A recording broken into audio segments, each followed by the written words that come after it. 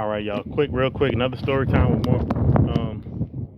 So this one is about a bus and a motorcycle, a bus and a boda. They ran into each other. So I'm driving yesterday. I'm driving around. Now I told y'all how they drive around here. I told you how traffic is. No real stop signs. No real red lights and green lights, that type of thing. No yield signs. It's like Mario Kart. You get in where you get in. You get in where you fit in. You merge. You gotta pay attention to everybody. 1 second is clear on side of you. You look up. You look back again. You got a motorbike on side. You got a Bugatti on side. You got a passenger crossing the street. It's like a real life video game. You always gotta stay aware of your surroundings. So I say that to say, so I'm driving. So there's like a U-turn area. Right? U-turn area. So I was thinking about making a U-turn myself, but I said, no, let me chill. I'm gonna chill a little bit. So I see the motorbike. The motorbike in front of me starts to turn, right? But there was a bus there also. So they basically turned together. I'm not exactly sure how it happened, y'all, but the motorbike and the bus, they ran into each other, right? They ran into each other. Not fast, it was slow, it was real slow. But it's like, I guess the bus must have turned a little too sharp. And anyway, they merged past. So at 1 second, the motorbike dude, he was like trying to hold his balance. Now, it was two of them on one motorbike. So he's trying to hold his balance, he's trying to stay up. But, he couldn't hold his balance. So he fell down. And it's like the bus moved a little bit more. And I don't know if the bus rolled over part of the motorbike or what. But the bus kept going. Like he finished the U-turn and he was about to go the other way, and it looked like he was about to pick up a little speed. So I don't know if he was gonna pull over to the side, if he was just trying to get out the way, or if he was trying to get away from that thing. But man, next thing you know, the dudes on the ground, they hopped up. At least one of them for sure. The dude that riding the motorbike, he hopped up. And he beeline over there. He ran to the bus real quick. He stopped banging, bang, bang, bang, bang, bang. Hey man, you hit us, da da da da. So I could see the bus driver beckoning back and motioning back. I don't know what he was saying because my Swahili ain't that good, y'all.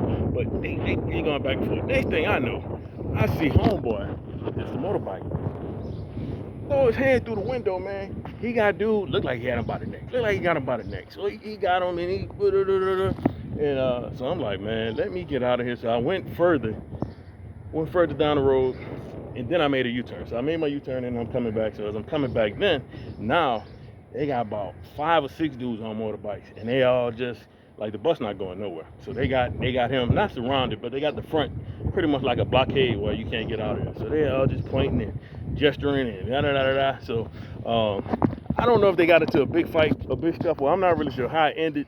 I was like, man, let me go ahead about my business. Ain't my business. Let me go ahead and stay out of harm's way. I don't know how they get down around here. I came back later, about an hour later or so.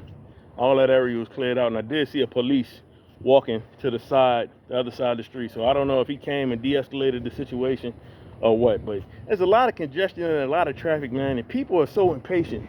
I never understand where all these people rushing to. They talk about how many people don't have jobs, but everybody's going 0 to 100 on the Bajajis. Nobody's patient. Everybody honking the horns all crazy. Don't really make sense to me. So anyway, that's another story of driving here in the great other side of the water, so to speak. It's always an adventure, man. It's an adventure. It's like I said, it's like real life Mario Kart. Keep your head on a swivel. I don't see how people drive with cell phones.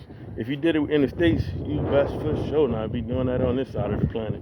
I know people do it. I see people do it on the motorbikes too. It's addictive, and I get it, but definitely not safe on this side. Between the bad roads, the potholes, the speed bumps, the people running across the street and everything, is just not a safe practice to have. So I got one more story for y'all, one more episode.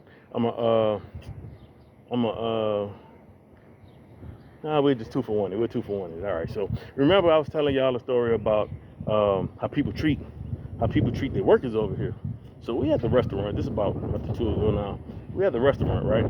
And there's this Indian couple with a baby. So they got. I'm not really sure where the woman is from, but I'm gonna just say like a nurse. I'll call her a nurse, right? A dada nurse, whatever you want to call it. So not when I say nurse, I don't mean like a nurse like a medical nurse. I mean like a babysitter.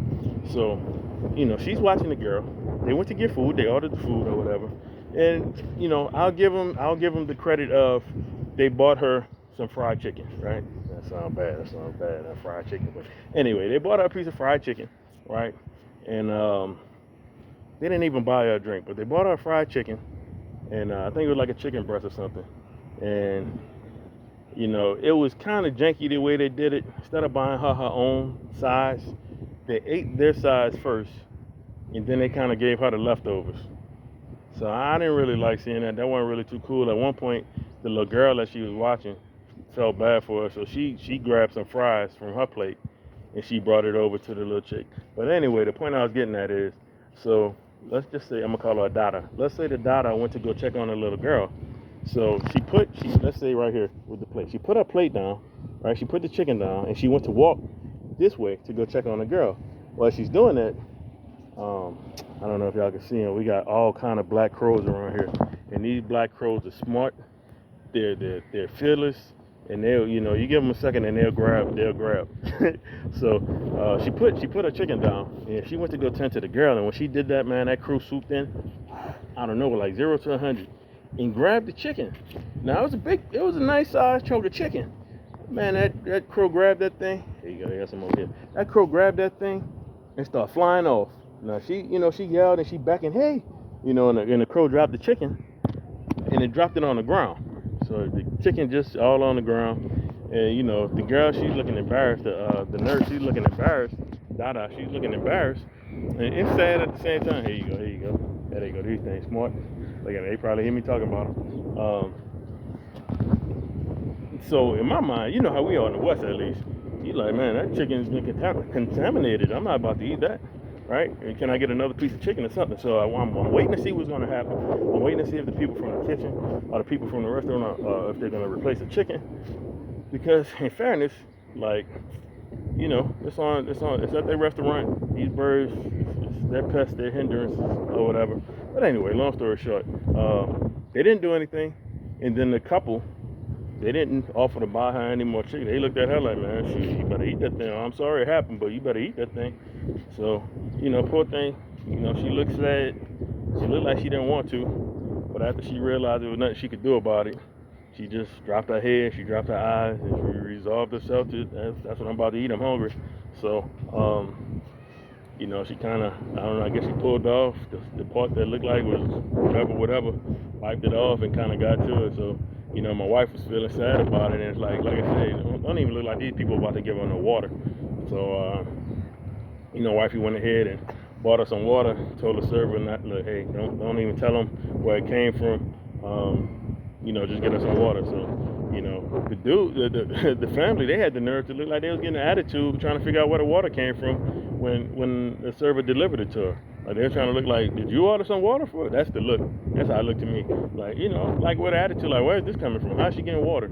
I'm not paying for that. But anyway, long story short, my point is, man, sometimes, I hate to say this, but the same people that'll look at you funny over here or treat you funny over here, they'll take mistreatment from other folks and just take it like it ain't nothing. Meanwhile, when you got a heart for these folks, we see them as our brothers and sisters, because they are, right? We trying to look out for them. They'll stab you in the back, they'll do you dirty, they'll mistreat you, they'll steal from you, or whatever the case may be. And you like, damn, I don't even have no hate for you, I don't have no vitriol for you.